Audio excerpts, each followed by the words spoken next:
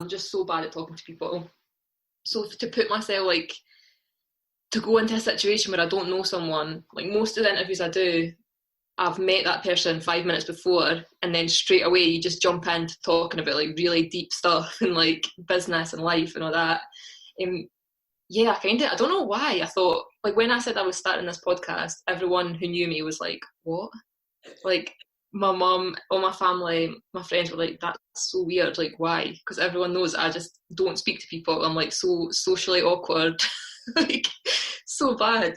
So yeah, I kind of just thought, might as well chuck yourself in. Because I didn't want to be like that anymore. Like, if there was a group of people, I would never speak up, or like, I'd always be the quiet one sitting in the corner. So yeah, I thought just go for it and kind of scare yourself into being able to speak to people. That's so good though, because it's really hard. I think everybody has fears when it comes to, well, life in general, but when it comes to business stuff as well, we all have areas that where we feel that we excel in and where we're maybe not so good. So it's pretty brave to kind of make yourself confront one of your big fears. And I imagine now that's probably helped you in other areas of your business outside the podcast. Oh yeah, totally. I'm way more confident, and I find it way less daunting to speak to people. Like, obviously before I was speaking to business owners about their branding, because I kind of know where I am with that. Like, I know what I'm talking about. It's quite easy to chat about that stuff. But I would still always get like that sick feeling like when I'm going into a meeting or anything like that. But yeah, that's kind of, I'm way more comfortable going into a situation and talking to people now. So it has helped probably. And I've started networking now as well because I've got a bit more confidence. So yeah, it's all helped. Excellent. So we've talked about your story a little bit. So I thought what we would do now is just have a sort of relaxed, open discussion about branding. So every week on the podcast, I'm going to start a discussion on a different topic. And I think considering what you do, what your podcast is about, and what this podcast is about, it makes sense for the first interview to be on branding. So if I came to you as a brand new business owner with a concept in my head and I really didn't have any idea where I wanted to go with branding, what kind of stuff would you be asking me, or what kind of stuff would you be kind of working through with me to give me an idea of how to build a brand? So when people kind of start up and come to me, the first thing I like to do is to get a bit of background about the business. Because some people will say, I need a logo, I like pink, go and design something. And I'm like, no, I need more than that.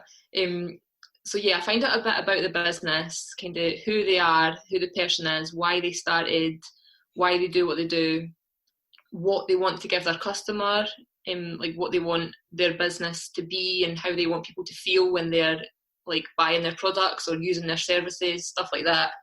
So you kind of start to get a few words that sum up what the brand's going to be. So it could be like reliable, it could be friendly, approachable, it could be stuff like that. And then I kind of do a bit of research of like competitors and people in the same field. Because I always like, because usually, so I'll use someone as an example. So I had a sleep consultant, Nadia Edwards, she's called. I was actually just talking to her on my podcast, so that's why she's in my mind. But she's a sleep coach. So when I started doing research on like her competition, it was a lot of light baby blues, pinks, like they all followed the same kind of colour palettes and colour schemes, and they all looked quite similar. They all had the same kind of logo, the same fonts, colours, it all looked the same. So I like to kind of go opposite usually on that. So yeah, the research is like a really important bit, I feel, to kind of see what else is out there and how to kind of help people stand out. And the colours are always a good way to do that. So colours are always like my favourite bit to do. So I like to kind of, people always have an idea in their mind about like what colours they want to go for. So I like to kind of explore that, but then also do some like total wild card options that they would never think of. And usually, quite a lot of the time, people actually do pick those ones, the ones that like they would never think. That's really interesting. And I wonder if that's because, obviously, I don't know a ton about it. You'll know more than me, but it's that whole idea of like color psychology and different colors that make us kind of feel different emotions and things like that. So Yeah. I wonder if people have a color in their head because it's just a color they like, or maybe like you said, they've taken a peek at what the competition are going, oh, everybody else is doing baby pinks and blues. I guess I should do something along those lines. And having somebody like yourself to go, okay, you could do that, but actually this could be really cool and make you stand out. If they've never had that in their head, they probably didn't even think it was an option. So that's really interesting that that's normally what they go for. Yeah, because using Nadia again, she wanted like a blue, a kind of teal blue kind of colour scheme, because she loves that colour, that's what she always thought it would be, and kind of what the competition are doing. And then I gave her like this, it's like a muted purple and like kind of burnt orange scheme. And she was talking about that on my podcast, and she was like, I'd never thought of that in my life. I would never have chosen that. But when I seen it, I was like, yeah, that's right. Because she was talking about me wanting to be like professional, but also like soft and approachable. She's dealing with families and babies. So I thought maybe like the teal's quite a harsh, it's nice, it's bright, it's colourful, but it's quite harsh. So the kind of muted colours was giving her like the softness that she needed, but still like professional. So yeah, it's funny how people just never really think of that until they see it. They love it. But yeah, that's one of my favourite bits, is kind of the whole research and development. And once you have that, it's a good basis to go on and start like logo concepts and stuff.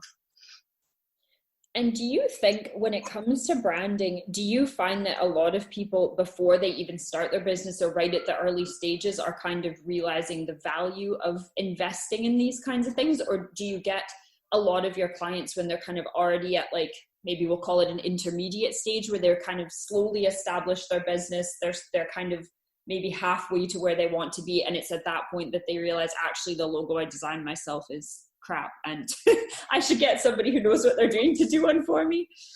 Yeah, I'd say probably about 90% of my clients are at that stage where they've launched with like a free one off the internet, or they've maybe done something themselves, and then they get to a point where they kind of fall out of love with that, and they want something that they want to be proud of their brand, like they love their business and they want something that they can like show off and be proud of.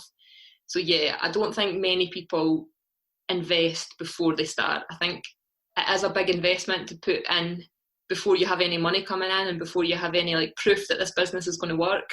So like I totally understand why people don't, but yeah, it's usually they get to a stage and then think, oh, I need I need some help here. Definitely. And I know I've changed mine. Like I can't remember my first ever logo. I think I did just make it myself using some kind of free design software or something. And when I look back on like my initial like business cards and stuff, I'm always so embarrassed about it. But at the time it was good for me because I was only doing my business really part-time, and I didn't, I wasn't making much money, and I still wasn't sure if I could make a proper go at it. And investing money just felt so scary. But I also think for me, as my business has grown and I've been in business longer, I've kind of like, my focus has always shifted a bit.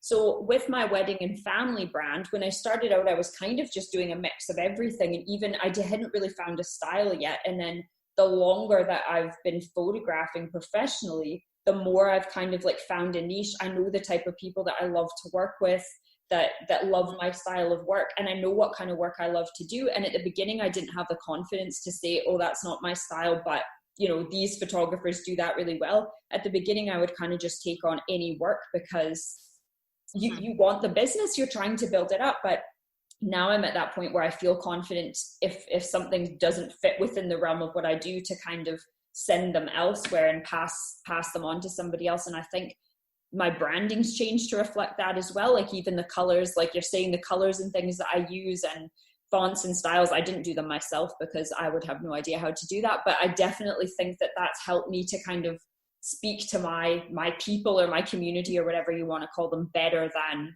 my homemade logo that I used at the start.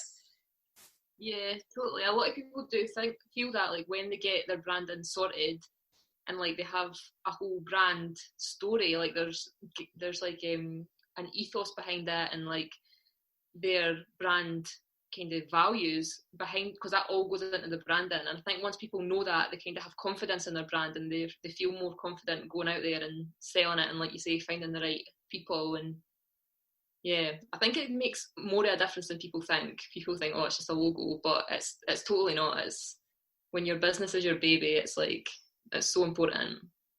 Well, and I know what a difference it makes too. Like, I know I keep using the word logo and it's way more than a logo, but I think that makes a difference too, because if you say that you have a logo that you've had since you started, and then maybe you get someone to do like an Instagram template for you or something, right? And then you get somebody else to make a Facebook cover, and nothing's really consistent. And I think having somebody create a branding package for you, and you have your colors and your fonts and things, and everything matches, your website looks like your Instagram, looks like your Facebook, and it just makes you look that much more professional, and it really makes your brand stronger, because people know right away, they start to associate those colors with you, and you become really identifiable. So I think it makes a massive difference.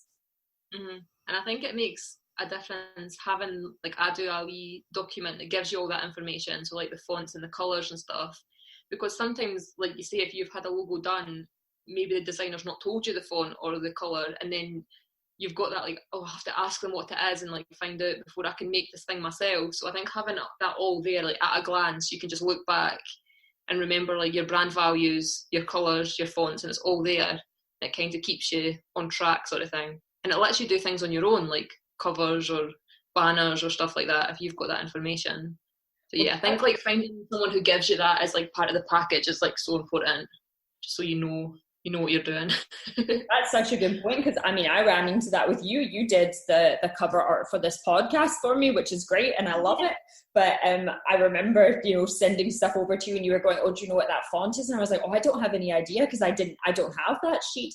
And even I'd use Canva just like the odd time to do like, if I'm using like a meme or some kind of text for my Instagram post, and trying to figure out what the colors are when you don't have like those CMYK numbers or whatever is near impossible. So I think that is such a good point, and definitely something people should ask for from their designer. Yeah, it's so important to make sure you do get that. But yeah, that's a good point. Like Canva, I used to use Canva as well for a wee bit, like to do like the templates and stuff, and I do recommend it to people, because I know a lot of people don't have like Photoshop or like the Adobe Suite sort of thing. But do you not find you kind of notice people, you like, oh, that's a Canva like template?